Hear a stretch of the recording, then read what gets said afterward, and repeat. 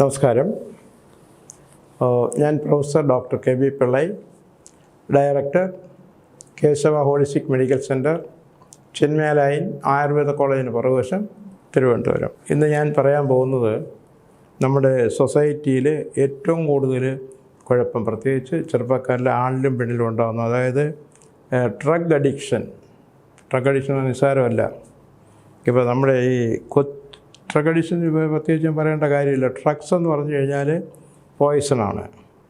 അതിങ്ങനെ കൂടിക്കഴിഞ്ഞ് കഴിഞ്ഞാൽ, അപ്പോൾ ഉദാഹരണം MDMA ഇതുപോലെ പല സംഗതികളും കിട്ടാറുണ്ട്. അതുപോലെ കഞ്ചാവ്, ഇപ്പോൾ കഞ്ചാവിൽ തന്നെ പലതും കിട്ടും. കഞ്ചാവ് ലേഹ്യമുണ്ട്, കഞ്ചാവ് ഇഞ്ചക്ഷനുണ്ട്, അങ്ങനെ പലതുമുണ്ട്. അതുപോലെ ഈ അഡിക്ഷൻ വരുന്ന ഒരുപാട് സംഗതികളുണ്ട്. പിന്നെ ആൽക്കഹോൾ അഡിക്ഷൻ, അതിനേക്കാൾ ഡേഞ്ചറാണ് ഈ കെമിക്കൽ, ഈ MDMA പോലുള്ള കെമിക്കൽ അഡിക്ഷൻ വരുന്നത്.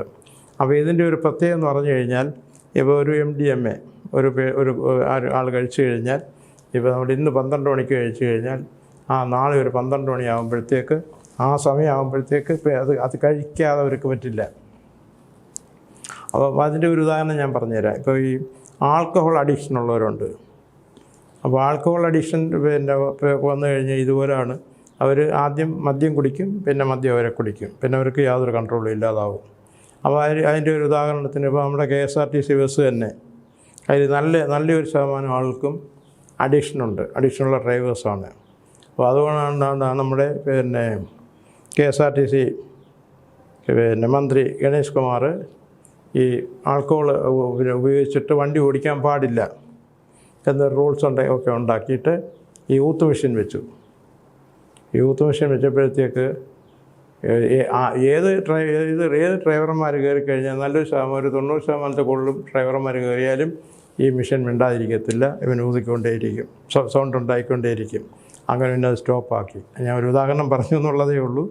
പിന്നെ അപ്പോൾ ഒരു ആൽക്കഹോളിൻ്റെ അതിൻ്റെ 10 മടങ്ങാണ് ഈ MDMA പോലുള്ള സിന്തറ്റിക് ആയിട്ടുള്ള ഡ്രഗ്സ് കഴിച്ച് കഴിഞ്ഞുള്ളത്. അപ്പോൾ ഇത് ആദ്യം ഒരു തമാശയ്ക്ക് വേണ്ടി കഴിക്കും. പിന്നെ ഇതിൽ നിന്ന് ഈ ഒരു സൊസൈറ്റിയിൽ ആരും മോശക്കാരല്ല, എല്ലാ ആളുകളും ചെയ്യുന്നുണ്ട്. ഈവൻ ഡോക്ടേഴ്സിൻ്റെ ഇടയ്ക്കുമുണ്ട്. ഇപ്പോൾ ഉദാഹരണത്തിന് ഇപ്പോഴത്തെ ഈ medical students complete drug addicted ആണ്. അപ്പോൾ ഇതിൽ നല്ലൊരു ശതമാനം ഡോക്ടേഴ്സും ഉണ്ട്. ഇന്നലെ മനോരമ പേപ്പറിൽ ഞാൻ വായിച്ചപ്പോഴത്തേക്ക് ഒരു യുവ ഡോക്ടർ ആൾക്ക് ഡ്രഗ്സ് വിറ്റ് അയാൾ പോലീസകത്താക്കി. അപ്പോൾ എന്തുമാത്രം സീരിയസ് ആയിട്ട് നമ്മുടെ സമൂഹത്തിന് അത് ദോഷം ചെയ്യുന്നു എന്നുള്ള ആലോചിച്ചോണം. അപ്പോൾ അതുകൊണ്ട് ഇപ്പോൾ നമ്മുടെ ഇവിടുത്തെ എല്ലാ ഹോസ്പിറ്റലുകളും അഡിക്ഷൻ സെൻറ്റേഴ്സുണ്ട്. അപ്പോൾ ഈ അഡിക്ഷൻ സെൻറ്റേഴ്സിൻ്റെ ഒരു പ്രത്യേകത എന്ന് പറഞ്ഞു കഴിഞ്ഞാൽ, അവർ അവിടെ ഇതിനു വേണ്ടിയിട്ടാണ് കൊടുക്കുന്നത്. എന്നിരുന്നാൽ തന്നെയും അവർ എങ്ങനെയെങ്കിലുമൊക്കെ ഉപയോഗിക്കും.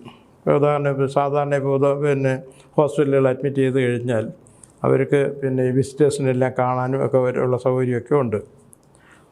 അപ്പോൾ ഈ വിസിറ്റേഴ്സ് വേണമെങ്കിൽ ഇത് കൊണ്ട് കൊടുക്കും. കാരണം പിന്നെ ഈ ബൈസ്റ്റാൻഡർ എന്ന് പറഞ്ഞ ആളുകളും കൊടുക്കും. അപ്പോൾ സ്ട്രിക്റ്റായിട്ടുള്ള ചില സെൻറ്റേഴ്സുണ്ട്. അവരെന്ന് പറഞ്ഞു കഴിഞ്ഞാൽ ഒരു പിന്നെ ഈവൻ മൊബൈൽ ഫോൺ പോലും അവർ അനുവദിക്കത്തില്ല. അങ്ങനെയുള്ള പല സെൻറ്റേഴ്സും ഉണ്ട്. പിന്നെ ആ വിസിറ്റേഴ്സിനെ തന്നെ അവർ അനുവദിക്കാറില്ല. കഴിയുന്നത് 4-5 ദിവസം ഒരു ബൈസ്റ്റാൻഡർ നിർത്തും. അത് കഴിഞ്ഞ് വിട്ടിട്ട് ഇതെല്ലാം അവിടെ കണ്ടു എന്ന് പറഞ്ഞു കഴിഞ്ഞാൽ ചുരുക്കി പറഞ്ഞ ഒരു അസൈലം പോലെയാണ് അവർ സൂക്ഷിക്കുന്നത്. പക്ഷേ അതിൻ്റെ ഒരു പ്രത്യേകത എന്ന് പറഞ്ഞു കഴിഞ്ഞാൽ, അവിടെ ഒരു 30 ദിവസമോ അല്ലെങ്കിൽ അതിൽ കൂടുതൽ ദിവസമോ ചെയ്ത് കഴിഞ്ഞാൽ ഒരു നല്ലൊരു ശതമാനം ആളുകളും ആ ടെൻഡൻസി മാറുന്നുണ്ട്. ആ ടെൻഡൻസി മാറുക എന്നുള്ളതാണ്. കാരണം അഡിക്ഷൻ്റെ ഒരു പ്രധാനപ്പെട്ട കാര്യം, ഇപ്പോൾ ആൽക്കഹോൾ ഉപയോഗിക്കുന്നത് അല്ലെങ്കിൽ ഡ്രഗ്സ് 4-5 ദിവസം ഡ്രഗ്സ് ഉപയോഗിക്കുക, അതിന് വിഡ്രായൽ സിംറ്റംസ് ഉണ്ടാവും. അതില്ലാതെ ഇതൊക്കെ കാണിക്കും. അതിന് പകരമായിട്ട് പല നാച്ചുറലായിട്ടുള്ള മെഡിസിനും സിന്തറ്റിക് ആയിട്ടുള്ള മെഡിസിനും അവർ കൊടുക്കും, ഇഞ്ചക്ഷനായിട്ട് കൊടുക്കും. ചില മയക്കുമരുന്നിന് പിന്നെ ഡ്രഗ്സിന് പകരം ഈ മയക്കുമരുന്ന് തന്നെ കൊടുത്ത് മയക്കേണ്ട കാര്യങ്ങൾ ചിലപ്പോൾ വരും. കാരണം ഇവർ വലുതായിട്ട് ബഹളമൊക്കെ ഉണ്ടാക്കും. അപ്പോൾ നമുക്ക് തന്നെ പിന്നെ ഈ മാനസികമായിട്ടുള്ള രോഗികളെ ചികിത്സിക്കുന്ന ഹോസ്പിറ്റലുകളുണ്ടല്ലോ. അപ്പോൾ അവിടെ ഇതുപോലെ അതേപോലെ തന്നെയാണ് മറ്റ് സെൻറ്റേഴ്സും. ഇപ്പോൾ അതൊരു വലിയ ബിസിനസ്സായിട്ട് തന്നെ വന്നിരിക്കുകയാണ്, പ്രത്യേകിച്ച് കേരളത്തിൽ. നമ്മുടെ അടുത്ത ഇതിന് പ്രധാന ഒരു കുഴപ്പമെന്ന് പറഞ്ഞു കഴിഞ്ഞാൽ നമ്മുടെ സമൂഹം തന്നെയാണ്. ഈ കൊച്ചു കുട്ടികളുടെ, അതായത് സ്കൂളിൽ പോകുന്ന കുട്ടികൾ വരെയും മയക്കുമരുന്ന് അഡിക്റ്റഡാണ്. അപ്പോൾ എൻ്റെ അടുത്ത് തന്നെ പല ടീച്ചേഴ്സും പഠിപ്പിക്കുന്ന സാറന്മാർ വരാറുണ്ട്. അവർ നമുക്ക് ഞെട്ടിക്കുന്ന കേസുകളാണ്. കാരണം ചില കുട്ടികളുടെ പുസ്തകത്തിൽ തന്നെയും ഇതവർ വെച്ച് ഉപയോഗിക്കും. കാരണം ഇതിന് ഈ നമ്മുടെ സമൂഹത്തിൽ തന്നെ സെല്ലേഴ്സ് ഒരുപാടുണ്ട്. ജോലിയില്ലാത്ത ഒരുപാട് ഇപ്പോൾ പൊളിറ്റിക്കലായിട്ടുള്ള വർക്കേഴ്സ് എന്നൊക്കെ നടക്കുന്നവരുടെ ഒരു പ്രധാന ബിസിനസ് ഇതൊക്കെയാണ്. പിന്നെ പോളിറ്റിക്സിൻ്റെ കൂടുതൽ ഞാൻ പറയാൻ ഉദ്ദേശിക്കുന്നില്ല. പിന്നെ നിങ്ങളിത് ആലോചിച്ച് തീരുമാനിക്കുക എന്നുള്ളതാണ്. അപ്പോൾ ഇത് നമ്മുടെ സമൂഹത്തിന് ചെയ്യുന്ന ഏറ്റവും വലിയൊരു കുഴപ്പമാണ്. ഇത് വന്നു കഴിഞ്ഞാൽ എന്താണ്, ഇത് ആണ് മാത്രമല്ല പെൺകുട്ടികളും ഇതിലിപ്പോൾ അഡിക്റ്റഡാണ്. ഉദാഹരണം നമ്മുടെ ഏറ്റവും അടുത്തുള്ള നമ്മുടെ ട്രിവാൻഡ്രം മെഡിക്കൽ കോളേജ് തന്നെ എടുക്കാം. എനിക്കെല്ലാം നേരിട്ട് അനുഭവമുള്ളതാണ്. അവിടുത്തെ ഹോസ്റ്റലിൽ നല്ലൊരു ശതമാനം കുട്ടികളും ഇത് ഉപയോഗിക്കുന്ന ആണും പെണ്ണും.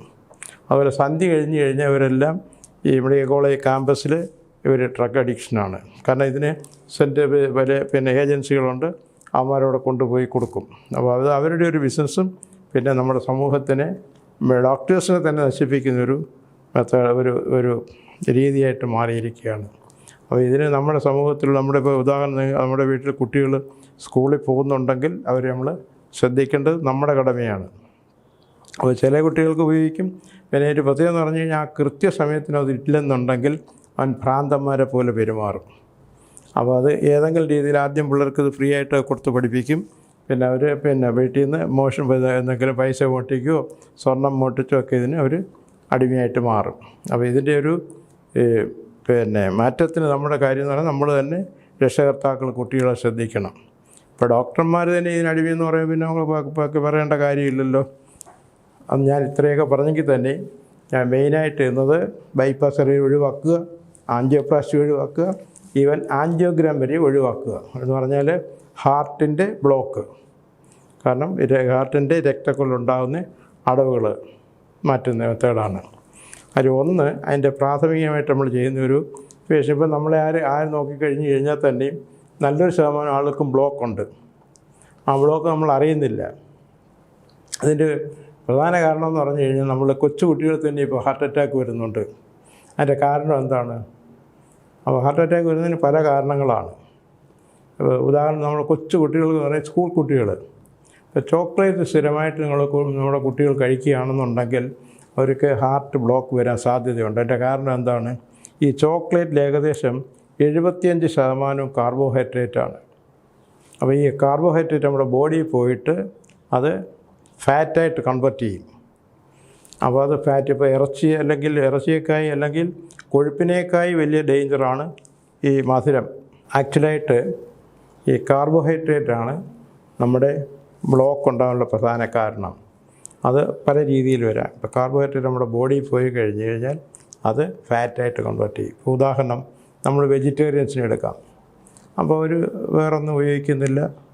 അത് ഏറ്റവും കൂടുതൽ ഉദാഹരണം നമ്മുടെ പൂജാരികൾ ക്ഷേത്രത്തിൽ, അപ്പോൾ അവർ ഇറച്ചി മീൻ മുട്ടയൊന്നും ഉപയോഗിക്കാത്ത ആളാണ് കൂടുതൽ മെജോറിറ്റി. ഇപ്പോൾ മൈനോറിറ്റി ഉപയോഗിക്കുന്നുള്ളത് മറ്റൊരു കാര്യം, എന്നാൽ തന്നെ സപ്പോസ് ടു ബി. അപ്പോൾ അവർ അമിതമായിട്ട് പഞ്ചസാര ഉപയോഗിക്കും. ഈ പഞ്ചസാര എന്ന് പറഞ്ഞാൽ കാർബോഹൈഡ്രേറ്റാണ്.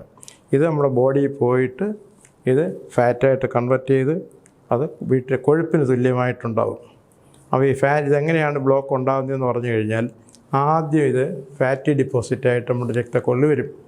അപ്പോൾ നമ്മൾ അതിന് ട്രീറ്റ്മെൻ്റ് ഒന്നും ചെയ്തില്ല, അല്ലെങ്കിൽ അതുപോലെ നാച്ചുറൽ ആഹാരമൊന്നും കഴിക്കുന്നില്ലെങ്കിൽ അതത് ഫൈബർ എന്ന് പറഞ്ഞാൽ നാര് പോലെയാവും. പിന്നെ അതും ശരി നമ്മൾ ഒന്ന് കെയർ ചെയ്തില്ലെങ്കിൽ പിന്നെ അത് കാൽസിഫിക്കേഷനാവും. കാൽസിഫിക്കേഷൻ എന്ന് പറഞ്ഞു കഴിഞ്ഞാൽ ഈ തുരുമ്പ് പോലെ അല്ലെങ്കിൽ നല്ല കട്ടിയാവും. അതായത് ഇങ്ങനെ മെറ്റൽ പോലെ കട്ടിയാവും. അപ്പോൾ ആ സ്റ്റേജ് വരുമ്പോഴത്തേക്കാണ് നമുക്ക് ലൈഫ് ത്രെട്ടനിങ് ഉണ്ടാകുന്നത്.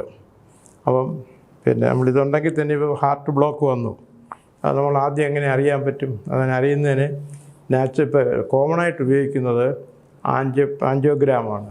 ആൻജിയോഗ്രാം എന്ന ഒരു ഡൈ ആണ് കടത്തിവിടുന്നത്.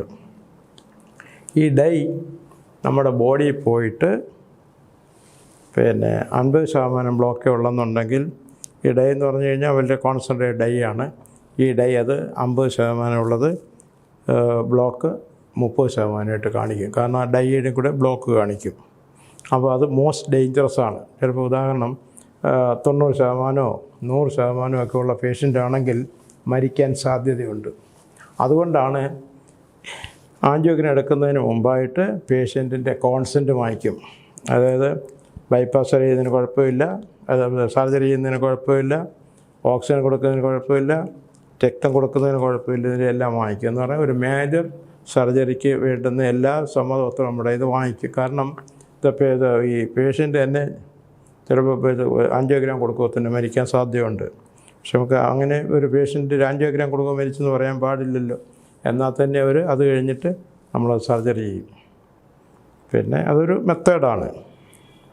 പക്ഷെ അതുകൊണ്ട് അതൊരു മോസ്റ്റ് ഡേഞ്ചറസ് ആണ്. ഈ ആൻജിയോഗ്രാമിന് പകരം നമുക്ക് ചെയ്യാവുന്നത് ഹാർട്ട് സ്കാൻ എന്ന് പറഞ്ഞൊരു മെത്തേഡുണ്ട്. അപ്പോൾ ഹാർട്ട് സ്കാൻ എന്ന് പറഞ്ഞു കഴിഞ്ഞാൽ ഇതിന് ഡൈ കടത്തിവിടേണ്ട ഒന്നും വേണ്ട. നമ്മൾ ECG എടുക്കുന്ന അതേ മെത്തേഡ് റോഡുകളാണ്. അപ്പോൾ അതാകുമ്പോഴത്തേക്ക് യാതൊരു ദോഷം 100% സേഫാണ്, ദോഷവശവും ഇല്ല. അത് നമുക്ക് ഹാർട്ടിൻ്റെ ഒരു 10 ഫങ്ഷൻ അറിയാൻ പറ്റും. അറ്റാക്ക് വരാൻ സാധ്യതയുണ്ടോ, ബ്ലോക്ക് എത്ര ശതമാനമുണ്ട്, പിന്നെ പമ്പിങ് എന്തുമാത്രമുണ്ട്, ഓക്സിജൻ ലെവൽ എത്രയുണ്ട്, അതുപോലെ തന്നെ ഈ വാൽവിന് എന്തെങ്കിലും പ്രോബ്ലം ഉണ്ടെങ്കിൽ നമുക്കറിയാൻ സാധിക്കും. ഇതെല്ലാം ഒറ്റ സ്കാനിൽ നമുക്കറിയാൻ സാധിക്കും. ഈ സ്കാൻ ഇപ്പം പിന്നെ നമ്മുടെ കേരളത്തിലില്ല. അതിൻ്റെ പല കാരണങ്ങളും ഉണ്ട്. ഒരു സെൻറ്റർ ഉണ്ടായിരുന്നു കൊച്ചിയിൽ, അത് പിന്നെ മൾട്ടി സ്പെഷ്യാലിറ്റി ഹോസ്പിറ്റലുകാരുടെ ഇടപാട് കൊണ്ടത് പൂട്ടിച്ചു. പിന്നെ നമുക്ക് അടുത്തുണ്ടെന്ന് പറഞ്ഞു കഴിഞ്ഞാൽ ഇരുദയം ഹോസ്പിറ്റൽ എന്ന് പറയും. ഇരുദയം എന്ന് പറഞ്ഞാൽ ഹൃദയം. അത് നമ്മുടെ അടുത്ത പിന്നെ അടുത്തുള്ളത് നാഗർകോവിൽ. ഇപ്പം നാഗർകോവിൽ ഇരുദയം ഹോസ്പിറ്റൽ. അപ്പോൾ അവിടെയാണ് നമുക്ക് അടുത്ത്. എൻ്റെ പേഷ്യൻ്റ് ഞാൻ ഈ ഇരുദയം ഹോസ്പിറ്റലാണ് അയക്കാറ് പതിവ്. പക്ഷേ എന്നിരുന്നാലും കേരളത്തിലിത് നമ്മുടെ ഗവൺമെൻറ്റും നമ്മുടെ പിന്നെ മെഡിക്കൽ സിസ്റ്റം മെഡിക്കൽ അസോസിയേഷൻകാർ ഇത് അനുവദിക്കാത്തത് കൊണ്ടാണ്. പക്ഷേ തമിഴ്നാട്ടിൽ മിക്കവാറും എല്ലാ പിന്നെ ഡിസ്ട്രിക്ട് ആശുപത്രികളിലും ഫ്രീ ആയിട്ടാണ് അവർ കൊടുക്കുന്നത്. Former president KR Narayanan sir, അദ്ദേഹത്തിനും ഇതേപോലെ ഒരു ബൈപ്പാസ് വരെ കഴിഞ്ഞാണ് രണ്ടാമത് ചെയ്യാൻ പറ്റില്ലായിരുന്നു. ഞാൻ എന്നിട്ട് ഈ ലേസർ മെഷീൻ കൊണ്ട് ഇവിടെ രാസവാദനെ താമസിച്ച് അദ്ദേഹത്തിന് ട്രീറ്റ്മെൻറ്റ് കൊടുത്തു. ഞാൻ അമേരിക്കയിലായിരുന്നപ്പോഴത്തേക്ക് അമേരിക്കൻ പ്രസിഡൻറ്റ് ഇതുപോലെ തന്നെ കൊടുത്തു, ട്രീറ്റ്മെൻറ്റ് കൊടുത്തു. അപ്പോൾ ഇതൊക്കെ ആണെങ്കിൽ തന്നെ നമ്മളൊരു പേഷ്യൻ്റെ കാര്യം പറയാൻ പാടില്ല. പക്ഷേ എന്നിരുന്നാലും ഇത് മാത്രമല്ല, ഒരുപാട് പേഷ്യൻസും അവർ പറഞ്ഞിരിക്കുന്ന സന്ദർഭം കിട്ടിക്കഴിഞ്ഞാൽ ഞങ്ങളുടെ കേസും കൂടെ പറയുന്നതിന് ഞങ്ങൾക്കൊരു ബുദ്ധിമുട്ടില്ല. ആർക്കെങ്കിലും പ്രയോജനം വരുന്നെങ്കിൽ വരട്ടെ. ഇത്രയൊക്കെ പറഞ്ഞെങ്കിൽ തന്നെ പല സോക്കേറ്റിനെ പറ്റി നിങ്ങൾക്ക് അറിയുന്നതിന് പിന്നെ ആഗ്രഹമുണ്ടെങ്കിൽ നിങ്ങൾക്ക് വൈകിട്ടൊരു 7 മണിക്ക് ശേഷം എന്നെ കോൺടാക്റ്റ് ചെയ്യാവുന്നതാണ്.